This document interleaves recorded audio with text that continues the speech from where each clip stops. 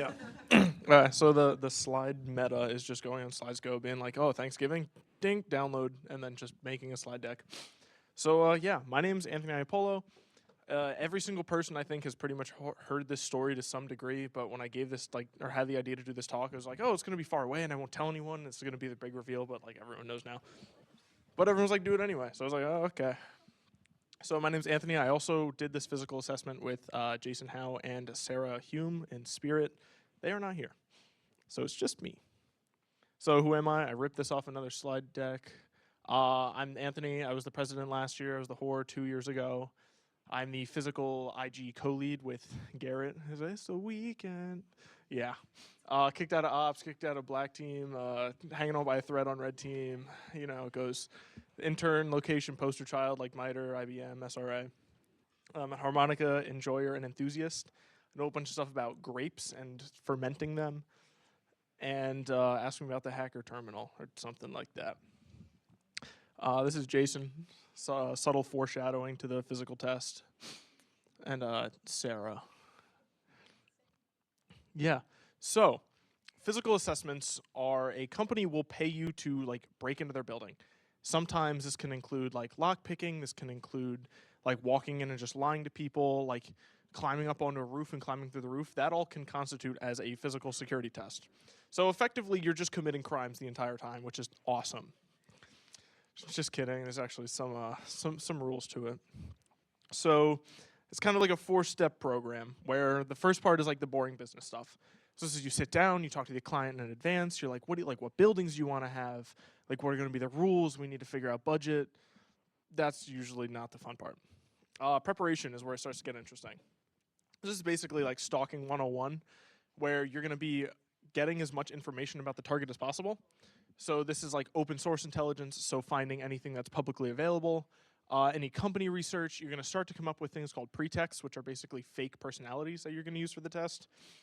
And then the planning part, where like you make fake people. So like we had a couple fake personas that we were using on-site recon to figure out what we wanted to do, coming up with these crazy ideas. And like literally anything like secret agent-y, like I'm gonna go in as like a secret person with my little suit on and blah, blah, blah, blah, blah. I'll get to the good stuff later. Don't even worry about it. And the last step is literally just crime. There's like no actual workaround. You're just going and breaking into places. You have a little letter that says like, oh, I can do this, I can do this.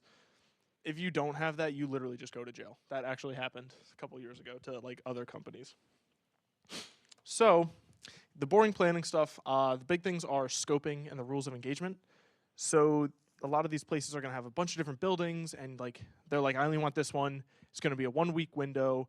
This is how much we can spend on it, just to kind of like set up what you're actually going to do administratively. Rules of engagement are going to be like any like legal techniques that you can do. So they like say they have really bad locks. They don't want to get lock picked. Like don't even think about it. Stuff like that, and any objectives. So a typical objective, which actually I believe I have, yeah, so here's a hypothetical pre-engagement rundown for an engagement that definitely did not happen about a month ago. So what this looks like in real life possibly is, say there's a location. There's a city in Ohio. That's where their company is. The time frame, we'll give it about a week on site. You fly in Sunday, fly out Friday, and then you do a little meeting, and that's kind of like the basic gist of it. So there's going to be like, let's just say there's like 3 buildings in scope. We'll have a 4th one. It's optional. We're not really going to care about that one. The 3 main ones are the good ones. So sometimes people have objectives like try to get into a server room, try to like take a picture of a secret document on a desk, like get into my office. Sometimes it's just get into the building. If their security's insane, like that's it. You could do anything like lockpicking, fake interviews, but you can't get through the HR door, so stuff like that. And then just like a typical like kind of what you're up against. A hypothetical security team consisting of NSA, FBI, CIA, Secret Service guards. They have about a 10-year average tenure. They're tested like 6 times a month, and then if they get caught, if they fail once or twice, they kind of get fired. They provide security for the rest of the city. They patrol like 6 city blocks, not even their own buildings. They're armed with tasers and I think firearms. Very suspecting of penetration testers, and they're trained to catch like fake employees, hypothetically. I don't think it happened like that. Unless it does. And your hypothetical manager basically tells you that you're going to get tased. Yeah, that was awesome coming through the Teams channel. So when you get to the planning and preparation, some of the things you're going to want to look for. Do we have any info on employees? Anything about company structure? Like if I was impersonating a CEO, like what does their reach look like? Any email layouts if you're doing phishing? Providers, do they use any like third-party companies you can impersonate? Like anything else. If you happen to find out like their college relations person is on maternity leave, like just a throwaway piece of information, you might actually be able to rope that into the entire engagement. And then any physical info as well, like building plans, the layout of badges if you're going to clone them, any pictures of the buildings that you can find on Google Earth, just like going around the building, see what's open. Any dress codes, if you're going to impersonate employees and you come in your little flip-flops and they have like 9-piece suits on, you're kind of cooked. And then again, like anything else you can find is really good info. So we take our goofy little guys, where me and Jason got to hop on a plane, and they actually had us like walk on the tarmac up a ramp. It was awesome. And then we're off. So we get to this site, and on our hypothetical little engagement, which is totally real at this point, I'm just going to stop saying hypothetical, we're like, we need an idea. So we sit down and we think about it, and we come up with an idea of food inspectors. So food inspectors is an awesome idea, because if you think about it, you can't deny food inspectors. So you have the authoritative aspect. You have a time crunch where you need to do these inspections. If you're going and say, based on a complaint, they don't have any relational, like, oh, this is the guy who normally does it. Be like, I'm the guy who does the complaints. Like, you guys messed up. Like, that can actually get you pretty far. So this is an awesome idea that we have. Why wasn't it an awesome idea? Can anyone think of it? Okay, apparently you have to be like old to be a food inspector. I'm going to take that as a compliment. We had some ideas like, oh, I'm the new guy. But this wouldn't work because, as I extremely briefly mentioned before, they get tested 6 times a month. Of those times, I'm 99% sure somebody came in as a food inspector was like, I'm ready to inspect food. Which we kind of realized, like, after me and Jason had studied, like, 4 hours of Ohio food law. Like, because, like, if we got in, we would have had to do a full food inspection. So we actually went out, we bought thermometers, we bought, like, the alcohol prep pads. Like, we were, like, ready to go for this. Just to be like, nah, just kidding. Like, that was kind of put on a back burner. So we had another awesome idea. Student reporters. So this company has a really good college relation program. So they, like, do a bunch of community outreach, like the college outreaches. They have students come by. So, like, awesome, we'll pose as reporters for this company, or for this college. So me and Jason drive out to this college. We, like, take a self-guided tour. In case they ask us, like, oh, what did you think about this building? Just, like, so we had an answer ready. I was like, oh, it looks stupid.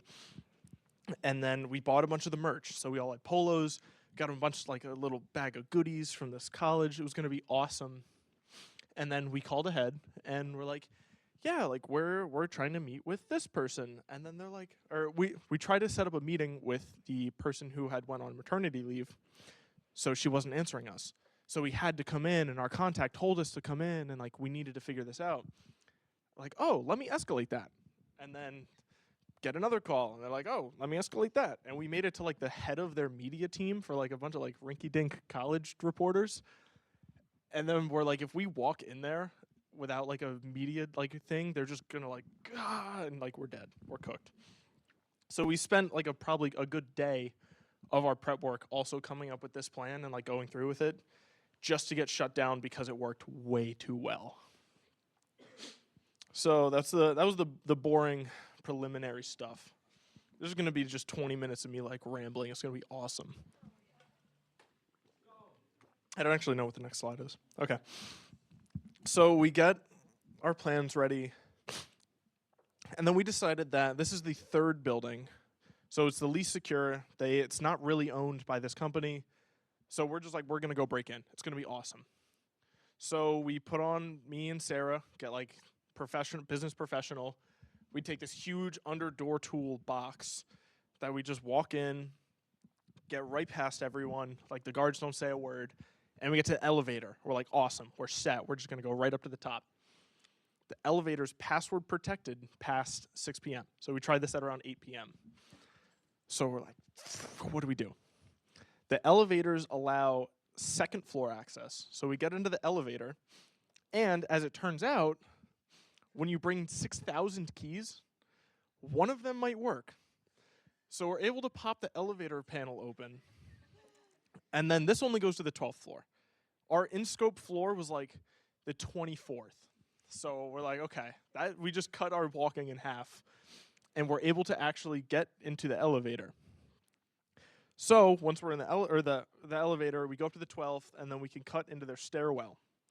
So in the stairwell, we walk up to the target floor, all 24 flights, and there's like a 2-inch gap under this door, which is like dream come true. Because the under door tools, how it works is you slide it under the door, you can reach around and like hook a door handle from the inside. So normally like you leave a room, it just opens. The idea is you just do that from the outside, from the inside, which is awesome. I love that thing. But you'll also notice that these door handles, normally the thing that makes them work is like there's a little hook on the door handle. These ones don't have that.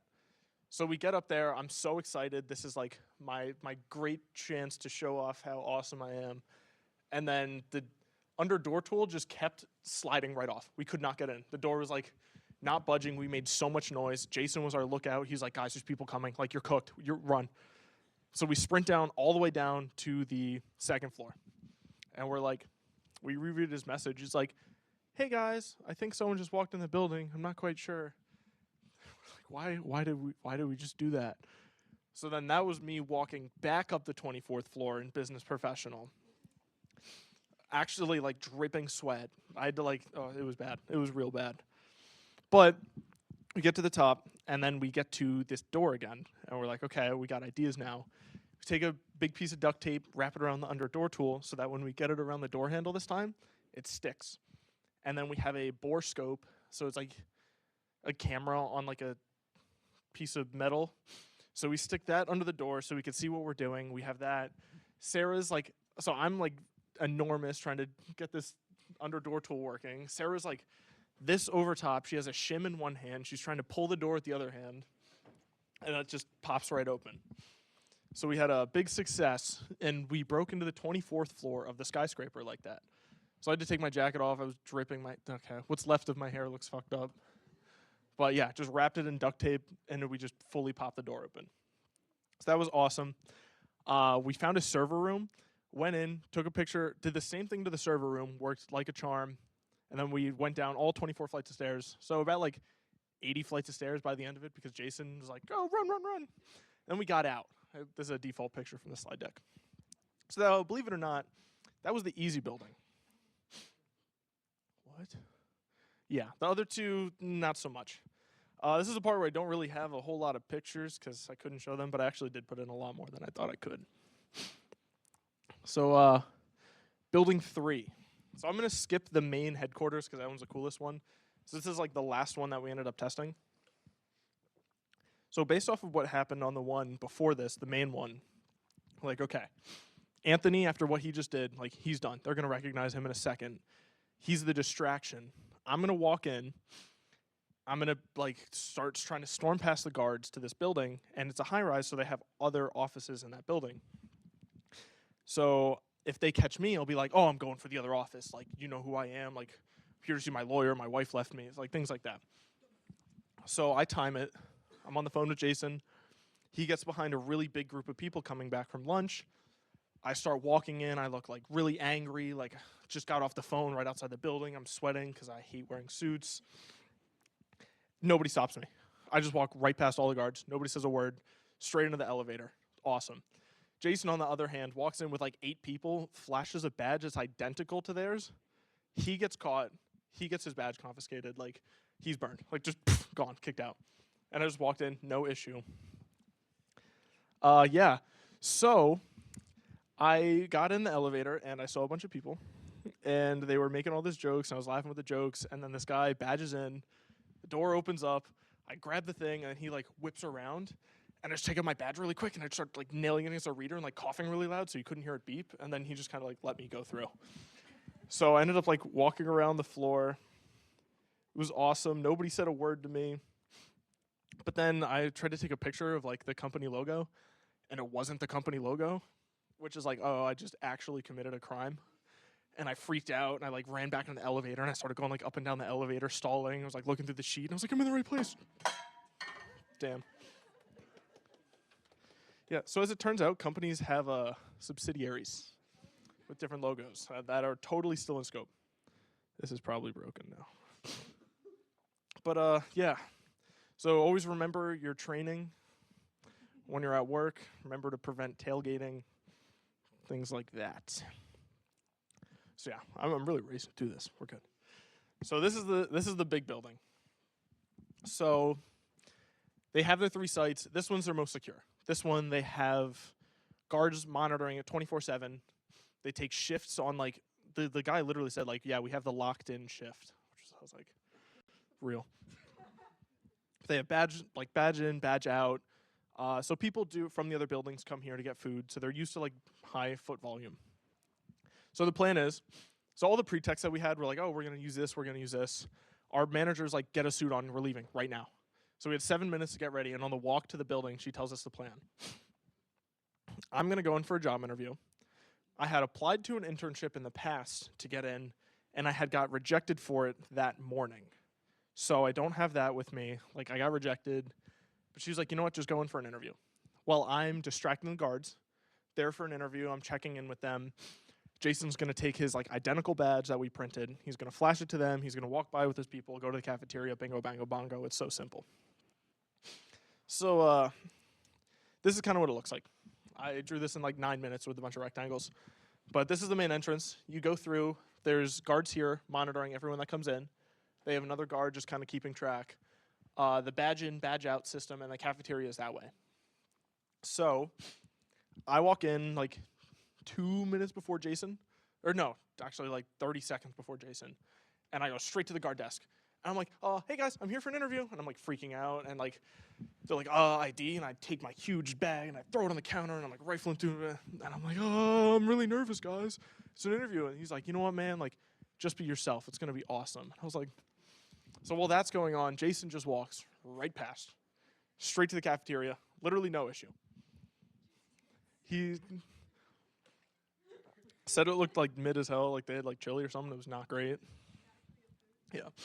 He didn't actually get food, it just looked. Well, after the food inspector route, we're like, okay, well, like this chili is not refrigerated to 40 degrees as per Ohio food code, like 3.91. That's besides the point. So Jason gets in, takes a bunch of pictures. He has a blast.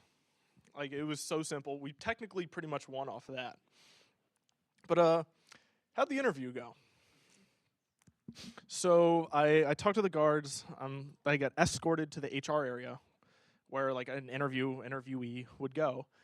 And I get there, and the guy like sits and he waits for a couple minutes to make sure I'm like actually talking to this lady and she's not like, get out. And I'm like really nervous because I mean I'm committing crimes. And she's like, oh, do you want a bottle of water? And she gives me the water. I was like, actually, can I go to the bathroom too? I'm like really nervous. She's like, yeah. Walks me to the bathroom, leaves me there, and just like she walks back. So I like take a step out, and I'm like, I'm so lost. I have no idea where to go. So I just like panic and just retrace my steps back to the HR place. And she's like, oh, let me set up a meeting with the person that you're supposed to be here for. Like, what's her name? So I picked the girl on maternity leave. And she's like, oh, I've never heard of that person. And I was like, that's awesome. So she's like, let me set up a meeting for you. And then I was like, oh, actually, and I pulled out my phone, and I was like, I just got the rejection letter. I just checked in the bathroom. I didn't get the job. You don't have to set up any meetings with anyone. Like, don't tell anyone. Like, I'll just leave. Don't even worry about it. So she's like, oh, okay. Like, she writes my name down. She's like, yeah, like, I'll let you know if anything comes up. It looks like the position was just filled. You didn't get, like, rejected from it. So I was like, okay, cool. So I leave the interview, and then I have a fake badge that we had printed. The problem with this one is it doesn't have my picture or my name on it, and it's only one-sided, and it doesn't scan, but I still have a fake badge that has a company logo. So I pin that on, and then I see a little elevator door open, and guess what? I got the job. I just hop in this little elevator. The guy, like, badges on. I panic, and I just hit floor number 7. That was their most secret floor, like, on accident. Also, the other building, like the one that I got into before, also their most secret floor. So 2 for 2 on, like, top secret. So, hold on, what's next? So, yeah, I go in. I'm, like, freaking out. I go to the bathroom, and I'm like, guys, I'm in. They're like, oh, like, you have the interview? I was like, no, like, I'm in. Like, And they're like, just get out, get out, get out. I was like, oh, okay. So I take all my pictures and I leave and I get back in the elevator. So the thing is, I was escorted this way. I believe the HR wing was past here. I can't really remember that well. So I end up coming down the elevators right here. And I'm like, okay, like, don't mind me. And there's a little guard desk. And I'm like, okay, back door. That's the exit. And I start like running out that way. And he's like, sir, you got to badge out. I'm like, that's so true. I forgot. And I go over to the badge reader. And this badge is like comically fake. Like, I actually... So, this is a guy that works at SRA. Awesome guy. I was just on a call with him, actually. Super cool guy, but this was from his badge the year before. So, I go up to the reader, and I take out my badge, and I start tapping it against the reader. I was like, oh, it's not working, man. It's not working. I don't know what to do. And he's like, oh, let me check it out. And he walks around, and he takes the badge, and he kind of does like one of these. Like, he's like maybe the facial hair, like his hair's a different color, and there's a lot less, and there's a lot less muscular in this picture. I don't know. But he's like, okay, and he walks over, and he taps it to the reader. The card's totally, there's nothing on this card. It doesn't scan at all. Like, literally, this thing is a piece of plastic with this picture on it, and that's it. He's like, okay. And he walks over to his desk, and he picks up his phone. I'm like, I'm done. He's like, we have a new hire. His badge isn't working. I'm going to send him your way. Like, okay. So he's like, yeah, just go right down that hallway. And I turn the corner, and it's just his hallway. There's nothing there. There's no doors. There's no people. They have, like, one little statue, like, in the middle of it. And then they just have this guy sitting there waiting like this, just like there. He's like, yeah, that guy, like, he'll take care of you once you get down there. Like, I'm cooked. This is it. And I go down the hallway, and I start walking, and he's just, like, all menacing. And I take the badge, and I, like, do that, and I shove it back in my pocket. And I get back up to him, and he's like, hey, I heard that you're the guy the new hire whose badge isn't working. He's like, come with me. We'll get that figured out. It's like, no, man, I'm here for a job interview. I didn't get it. I didn't get the job. The guys are right there. I was like, guys, the interview, right? And they're like, oh, man. And they're like, yeah, no, he was just in. And this guy's like, the fuck? Like, this was like 18 seconds between this phone call and me showing up, and, like, I'm a completely different person. And they're like, yeah, like, let him go. And the guy's like, whoa, where'd you come in from? I was like, oh, the really big door. And he was like, okay. I was like, have a good day. So I haul ass out. I, like, rip my jacket off. I start jaywalking every single intersection so they're not following me. And I text them. I'm like, guys, I did it. And they're like, you got the job? And I was like, no. So totally got out, completely undetected. And at that point, we're like, okay, Anthony's burned. He'll be the distraction again. And then I just didn't get caught again. Oh, I love my job. Yeah, and then we escaped. So there were some client meetings after where we got this email, and they were basically like, you guys are awesome. Like, if our team had the commitment that you guys did, like going up in our suits, they watched us go up like 24 flights, like multiple times. And then we sat down with the guy, and we're like talking with him, and he was like, yeah, like, if our guards don't have 100, or like, they've 100% success catching people, like, they'll have employees that look identical or look really close, swap badges. If they don't get caught, that's like you failed. They've caught pen testers. Last year, they got caught asking an older lady for coffee outside of the building, and they're like, that's suspicious. So when they showed up, they're like, you guys need to leave. They knew we were coming in to test them, so they had it on all the whiteboards, like, look out for anything like this. People who don't wear suits and, like, you do, like, I hate wearing a suit, you're caught. Like, they've actually caught people for that, too. So for them to be like, okay, you guys killed it, we're like, oh, my God. He ended up approving a helicopter break-in. He's like, all these people tell me to, like, use a helicopter. He's like, do it next year. And I was like, oh, okay. And then, so we do all that, and he's like, great job, and we leave. And he's like, oh, yeah, here's a guy. And we shake his hand. Like, yeah, it's the CEO. And this is like a Fortune like 300 company. Like this is not a small company. And then they're like, yeah, like these are the people that tried to break in. He was like, how'd they do? And they're like, they did pretty good. And they're like, oh, how'd you get into like the skyscraper? And we're like, oh, we had a special tool that we used. And we're like, yeah, like the tool.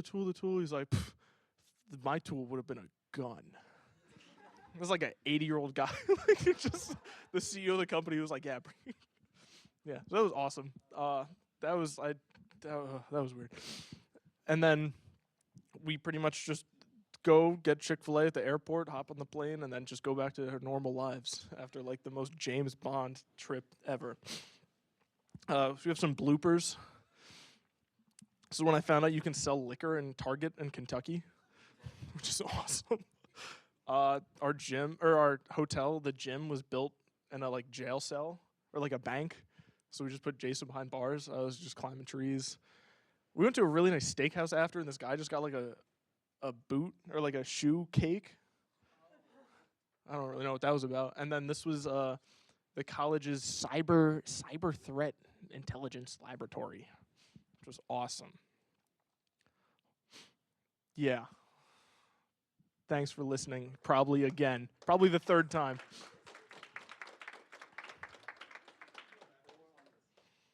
You don't have to tell me which one, Zach. It says redacted. If reading comprehension, believe it or not. You'll find out when you're older. Next question. Yeah, shoes made way too much noise in the stairwell, so we both went up like barefoot pretty much. It was abysmal.